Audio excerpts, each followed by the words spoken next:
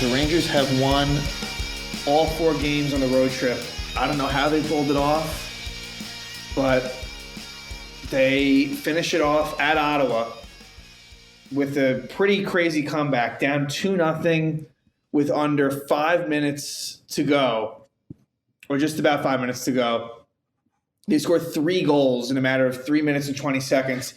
And I believe this was their first win in franchise history when they were trailing by multiple goals with under 6 minutes left. Pretty remarkable. And really, they're not even firing on all cylinders at all. Artemi Panarin, these first 6 games of the season, this could be his worst 6-game stretch as a New York Ranger. He did get a big assist on the first goal by Kreider. And I should correct myself. The Kreider goal was with about 5 minutes and 30 seconds left. But Alex Georgiev was in goal, and he was good. He would like to have that second goal back, but he kept the Rangers in the game. The Rangers did not play well for the first 2 periods, certainly.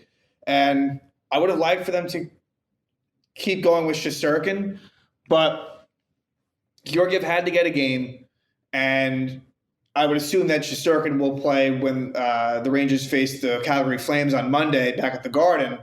But Georgiev acquitted himself well. He struggled against the Capitals on opening night, and 41 seconds into this game, Nick Paul scores. So you're thinking, here we go again. And it wasn't a bad goal by Georgiev. It was a rare mistake by Adam Fox where Tim Stützle was able to sort of blow by him, and Paul would score a nice goal. And I guess you could understand the Rangers maybe not getting the job done in this one, coming off 3 straight road wins, the fact that this is going to be a getaway day.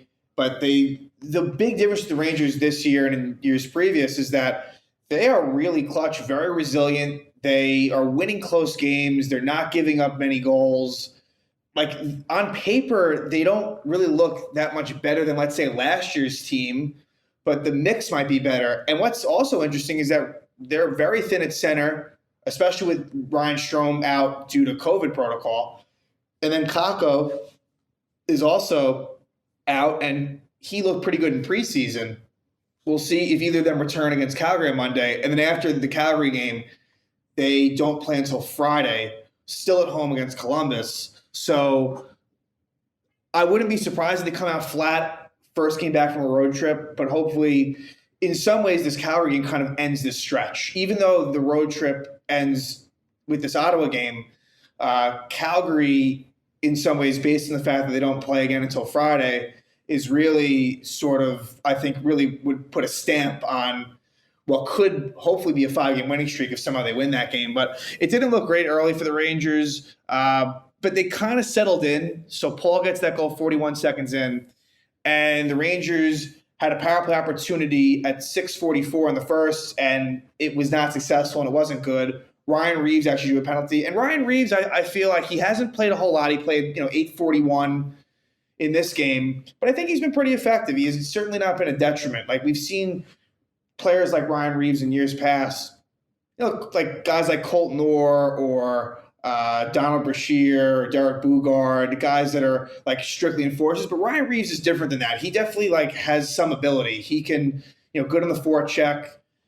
Definitely isn't afraid to hit. So, but they are unable to score. And then there's a fight between Brady Tkachuk and Jacob Trouba. The Rangers have been very feisty this season, not afraid to mix it up. And I think that was something that they definitely wanted to improve upon this year, and they have. Chris Kreider would take a holding penalty, but the Rangers would kill it off. The penalty kill has been really good. So the Rangers struggled on the PK the first 2 games of the season, but now they've really done a good job in addressing that. And that's been key. They were 4 for 4 in terms of success rate on the Senators' 4 power plays. So they kill that off, and then Morgan Barron knees Tim Stützle. What's interesting is that Stützle, at this point, or he will eventually have drawn 3 penalties, and some of them you could argue that maybe there was embellishment. We'll get back to that later because that ends up becoming a major story. But Stützle, like I said, he draws that Kreider hold, the Morgan Barron knee, and then eventually a Keandre Miller hold. But the Rangers PK does a great job. They would get a power play. Sammy Blais would draw a holding the stick penalty. And Blais, you have to like what you've seen from him. that Buchnevich for Belay in a second-round pick trade is looking a lot more tolerable by the day. But again, the power play doesn't score. And so it stays 1-0. And then late in the second, Miller takes that penalty, but then Stutzla slashes Trouba. So it becomes 4-on-4. And we would see 4-on-4 a couple of times. And in this instance, really coming off a bad second period for the Rangers. And I think second periods this year have definitely been the worst for the Rangers. And this was no different, as Ottawa outshot the Rangers 10-4 in the second, but Georgiev held them in it.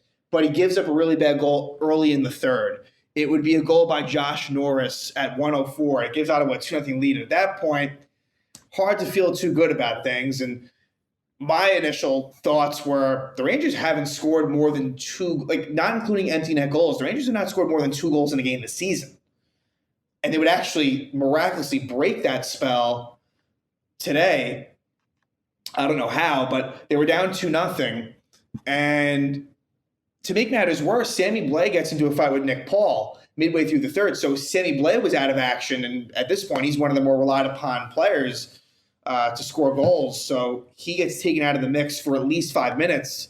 And I should also mention that Chris Kreider had a great chance. Once Norris made it 2-0, Kreider had a really great chance on what was a very short power play, but Murray made the save. And Matt Murray played very well, extremely well. So I feel like Ottawa was a better team, but it certainly didn't hurt that Murray was playing well in goal for Ottawa. And when things get really interesting is at 15:22 of the third. So it's Tim Stutzla and Jacob Trouba. And, all right, Parker Kelly hooks K'Andre Miller at 13:48. That's what it was. And the Rangers score a key power play goal. At 14:37, Kreider from Panarin and Zibanejad. Fox made an unbelievable play before that. He made like a sort of a spinorama at the blue line that set that whole thing up. But Kreider gets the goal. Panarin, to me, is a major reason why this team has not really been scoring goals, but give him credit there. He makes a nice pass to Kreider, makes it 2-1. On that play, Matt Murray gets hurt. Looked like he pulled something. And so Anton Forsberg comes in cold. So, you definitely want to pepper him with shots and test him as soon as you can.